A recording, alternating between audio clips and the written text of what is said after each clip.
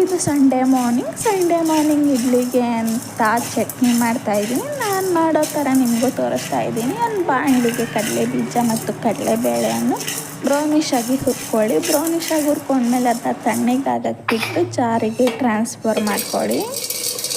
ಅಮ್ಮ ಅಂತ ನನ್ನ ಮಗ ಹಿಂದಿಂದೇನೆ ತಿರುಗ್ತಾ ಇದ್ದ. ಅವನ ಜೊತೆ ಸ್ವಲ್ಪ ಎತ್ಕೊಂಡು ಅವನ್ನ ಸ್ವಲ್ಪ ಮುದ್ದಾಡಿ ನಂತರ ಬಾಣಲಿಗೆ 2 ಟೇಬಲ್ ಸ್ಪೂನ್ ಎಣ್ಣೆ, ಅದಕ್ಕಾದಾದ್ಮೇಲೆ ಸ್ವಲ್ಪ ಶುಂಠಿ, ಹಸಿಮೆಣ್ಸಿನ್ಕಾಯಿ, ಈರುಳ್ಳಿ ಇಷ್ಟನ್ನು ಫ್ರೈ ಮಾಡ್ಕೊಂಡು ಬಾಡಿಸ್ಕೊಳ್ಳಿ.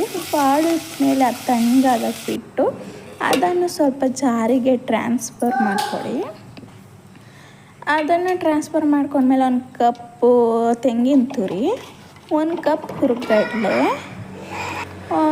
ಚೂರು ಹುಣಸೆ ಹಣ್ಣು, ರುಚಿಗೆ ತಕ್ಕಷ್ಟು ಉಪ್ಪು ಇಷ್ಟನ್ನು ಸೇರಿಸ್ಕೊಂಡು ಕೊತ್ತಂಬರಿ ಸೊಪ್ಪು ಲಾಸ್ಟಲ್ಲಿ ಹಾಕ್ಕೊಂಡು ಅದನ್ನು ನುಣ್ಣಗೆ ಗ್ರೈಂಡ್ ಮಾಡ್ಕೊಳ್ಳಿ.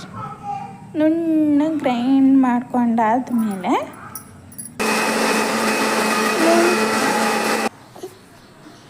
ನಂತರ ಒಂದು ಬೌಲ್ಗೆ ಟ್ರಾನ್ಸ್ಫರ್ ಮಾಡ್ಕೊಳ್ಳಿ.